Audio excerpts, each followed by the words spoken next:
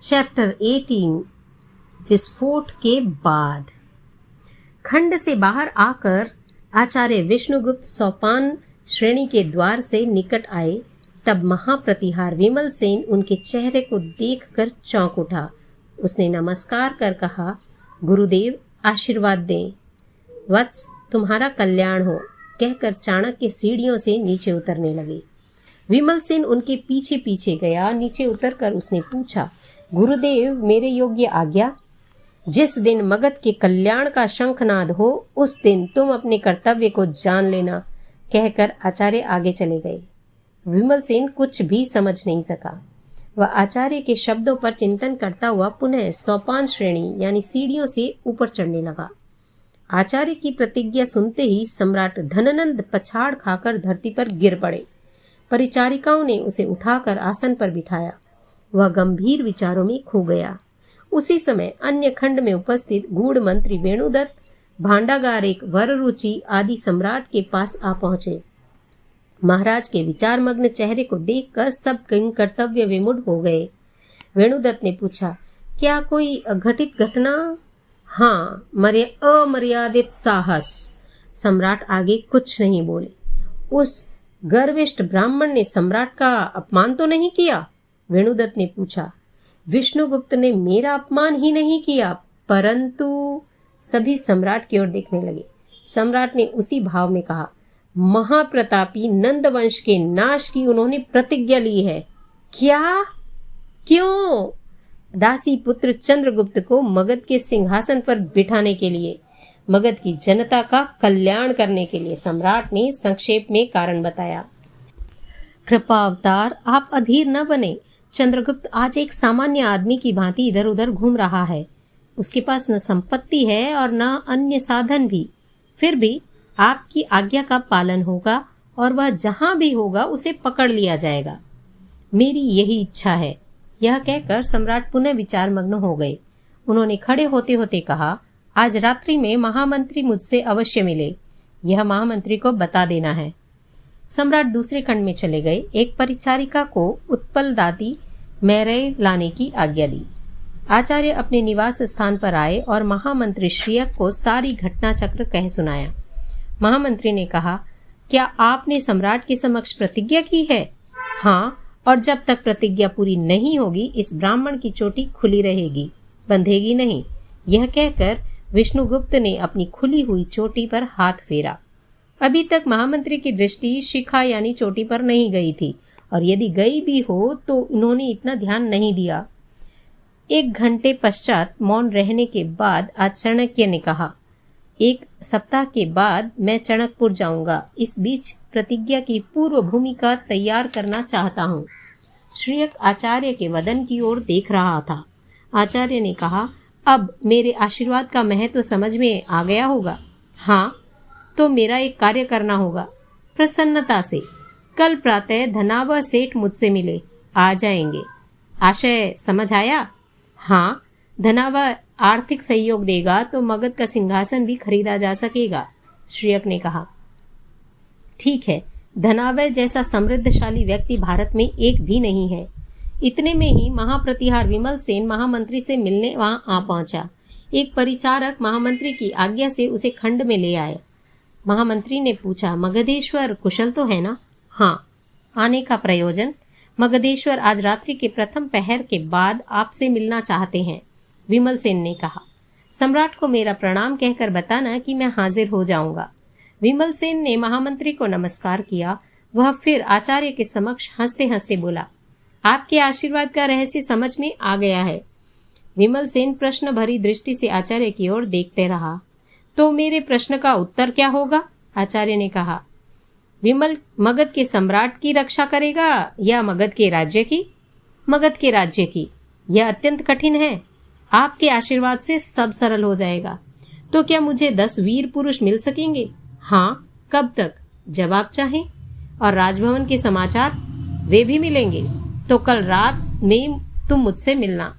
जैसी आज्ञा, कहकर विमल सेन ने आचार्य के समक्ष मस्तक नमाया और चला गया। आचार्य ने श्रीयक से पूछा, आज रात को मुझे चित्रलेखा को आशीर्वाद देने जाना होगा। नई प्रतिज्ञा के बहाने पुराने वादों की विस्मृति नहीं होनी चाहिए। और इसी समय रथपति की प्रियतमा मांडवी एक पालकी में बैठकर चित्रप्रासाद की ओर रवाना हुई। मांडवी अकेली जा रही थी। आज वह अपने प्रियतम के लिए एक जुआ खेलने वाली थी। इसमें जीत होगी या हार, इन विचारों से उसके प्राण अकुला रहे थे। उसके प्राणों में एक विशेष प्रश्न उपस्थित किया, चित्रलेखा नंदन की प्रियतमा होगी तो फिर मेरा क्या होगा? मन बोल उठा, अरे पगली नारी, नादान मत बन, अमृत तेरे ही हाथ में है। दूसरे को अमर बनाकर तू स्वयं क्यों मृत्यु का वरण कर रही है?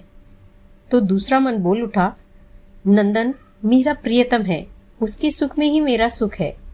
पागल, जो अपनी विवाहिता नारी का भी प्रियतम नहीं बन सका तो वो तेरा प्रियतम कैसे बनेगा? ओह, तब क्या करूं? मांडवी ने मन से प्रश्न किया। अपने भाग्य को तू दूसरे के द्वार पर क्यों फेंक रही है? क्या मतलब? डिबिया खोल, शाम कापालिक द्वारा प्रदत्त गुटिका बाहर निकाल। तेरे हाथ हैं, तेरी आशा है, तेरा अमृत है, तू ही उस गुटिका का उपभोग कर। फिर तेरी विजय होगी, तेरे प्रेम की विजय, तेरी आशा की विजय। मन नाच उठा और मांडवी ने सिद्ध वशीकरण गुटिका अपने मुख में रख ली और दूसरे ही क्षण गुटिका गले के नीचे उतर गई और चित्रप्रसाद के द्वार पर आकर शिविका रुकी। शिविका को विदा कर मांडवी चित्रप्रसाद में गई।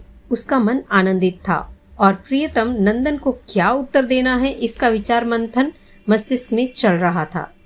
विदुला मांडवी को अपने कक्ष में ले गई। सूर्यास्त हो चुका था। देवी चित्रलेखा आम्रवाटिका में नवरचित ग्रीष्म कुंज में जाने की तैयारी कर रही थी। आज के उत्सव के लिए उचित वस्त्रों का निर्धारण कर रही थी। अभी स्नान आदि से निवृत्त होना बाकी था। आचार्य धेनुदत्त भवन के वाद्यकारों के समक्ष मत्स्य नृत्य के राग और तान की व्यवस्था कर रहे थे। चित्रा स्नान आदि की व्यवस्था करने के लिए प्रासाद की ओर जा रही थी।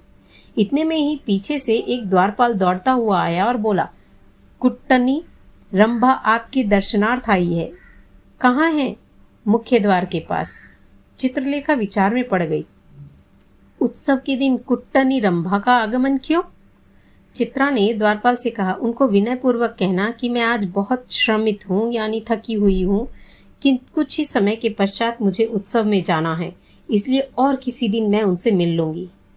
मैंने उनको कहा था कि आज देवी किसी से मिलेगी नहीं, परंतु उन्होंने कहा कि मैं एक महत्वपूर्ण कार्य के लिए आई हूँ। चलो मैं वहां आती हूँ, कहकर चित्रा उपवन के मुख्य द्वार की ओर गई। द्वार के पास आते ही चित्रा ने नमस्कार करते हुए कहा, क्या आज्ञा है? रंभा ने चित्रा की जयध्वनि करते हुए कहा, बहुत दिनों से मन में एक आशा जाग रही थी कि पुत्री तुल्य चित्रलेखा को देख आऊं। आज राग वैशाखी का उत्सव है, इसलिए सोचा आज ही जाऊं और उत्सव देखकर अपनी आंखों को ठंडा करूं। आज के लिए क्षमा चाहती हूं। आज देवी अकेली रहना चाहती है।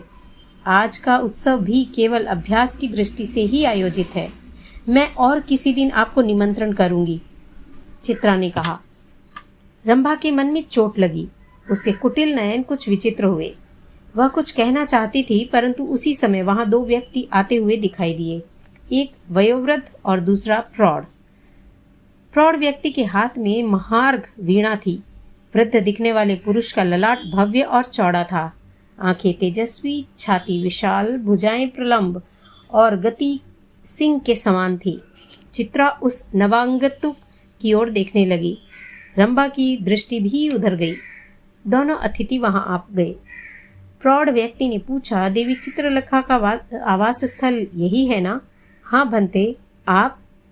चित्रा वाक्य पूरा करे उससे पूर्व ही प्रौढ़ व्यक्ति ने कहा, कलिंग के आचार्य वीणा पाणी देवी चित्रलेखा के अतिथि बनने आए हैं।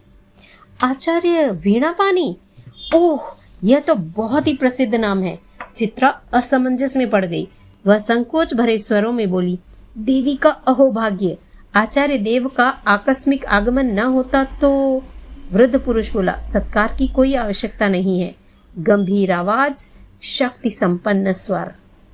चित्रा ने नमस्कार कर कहा, पधारे, मैं देवी चित्रलेखा की मुख्य दासी चित्रा आपका स्वागत करती हूँ। देवी का कल्याण हो, कहकर वृद्ध पुरुष आगे बढ़ा। रंभा ने नाक भौं सिकोड़े और शिविका की ओर चल पड़ी। उसने सोचा, मैं अभी जाकर कामसेना को बताऊं कि आचार्य वीणा पानी देवी चित्रलेखा के अतिथि बने हैं। आगे चित्रा और पीछे दोनों अतिथि चल रहे थे। कुछ दूर जाकर प्रौढ़ व्यक्ति ने पूछा, चित्रा, उद्यालक कहाँ है? चित्रा ने चौंक कर पीछे देखा। प्रौढ़ व्यक्ति हंस रहा था। चित्रा विस्मय में पड़ गई।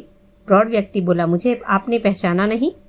मैं उद्यालक का मित्र सेनाजीत। ओह! चित्रा के मुंह से शब्द निकले। वह खड़ी रह गई और दोनों अतिथियों की ओर गौर से देखने लगी। पूर्णिमा का चंद्रोदय हो गया था। फिर प्रकाश की उजली रेखाओं में भी वह छद्मवेशी अतिथियों को पहचान नहीं पाई। सेनाजीत ने प्रश्न किया, उद्यालक कहाँ है? भवन में ही है।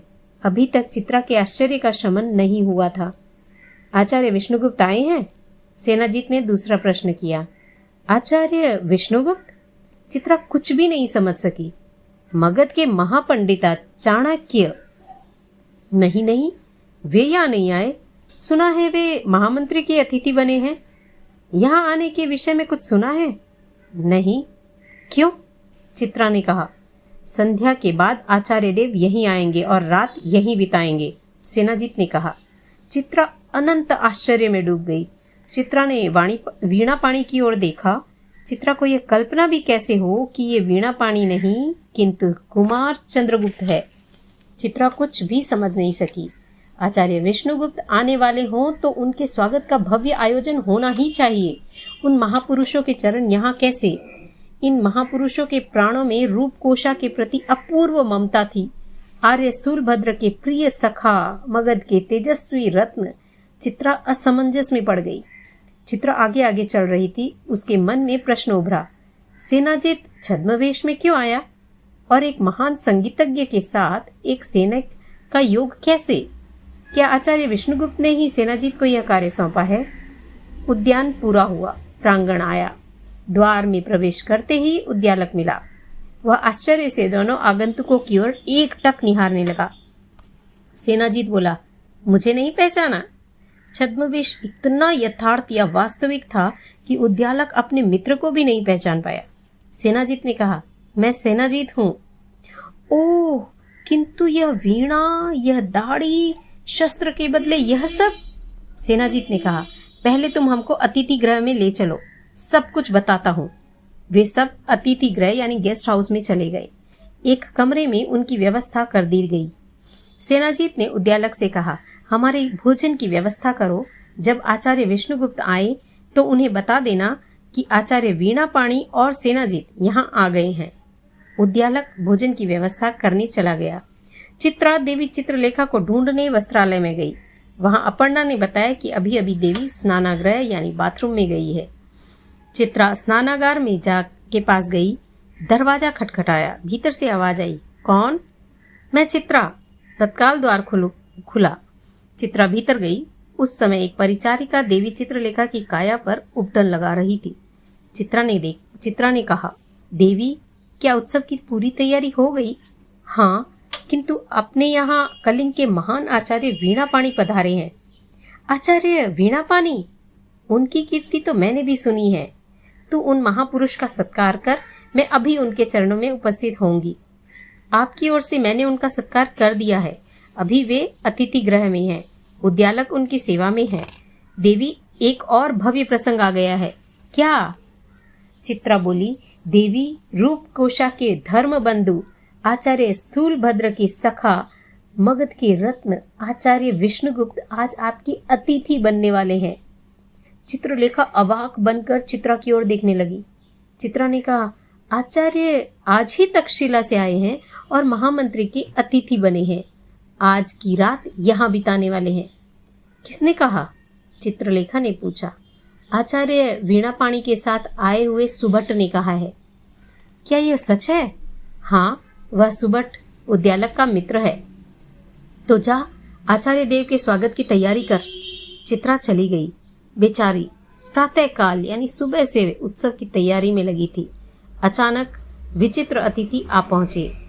वह उनके आव भगत में लगी और दिन बीत गया।